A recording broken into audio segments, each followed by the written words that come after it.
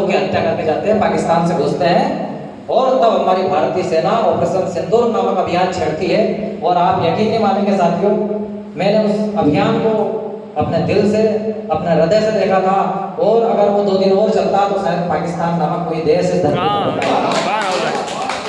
तो पढ़ना चाहता हूँ कि आतंक का जहां पर प्रवेश हुआ करता था, अच्छे लगे तो जयसवाल जी महाराज ने रखिए पहला कि आतंक का जहां पर प्रवेश हुआ करता था, आतंक का जहां पर प्रवेश हुआ करता था, लश्कर हिजबुल या कोई जैश हुआ करता था। और आने वाली पीढ़ियां शायद पूछती बुजुर्गों से कि पाकिस्तान नाम का कोई देश हुआ करता था। बोलिए भारत माता की जय। बहुत धन्यवाद, बहुत धन्यवाद। मैं प्रणाम करता हूँ ये हमारे बहुत धन्यवाद। और मैं आपको वंदन करता हूँ।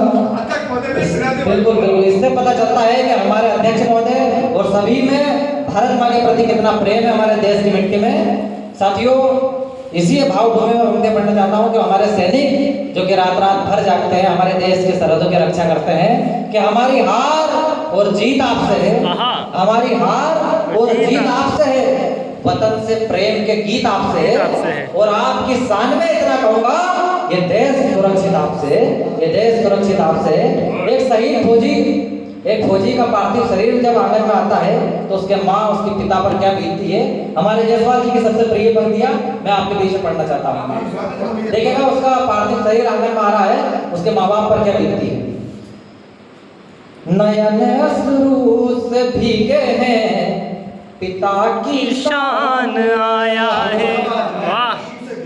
नयन अश्रु से भीगे हैं, पिता की शान आया है। वो छाती पीटती रोती, वो माँ की जान आया है। कि नयन अश्रु से भीगे हैं, पिता की शान आया है। वो छाती पीटती रोती, वो माँ की जान आया है। तिरंगे में लिपट कर गाँव जब आया कोई सैनिक, तिरंगे में लिपट कर गाँव जब आया कोई सैनिक, लगायूं गाँव की माटी मैं हिंदुस्तान आया है।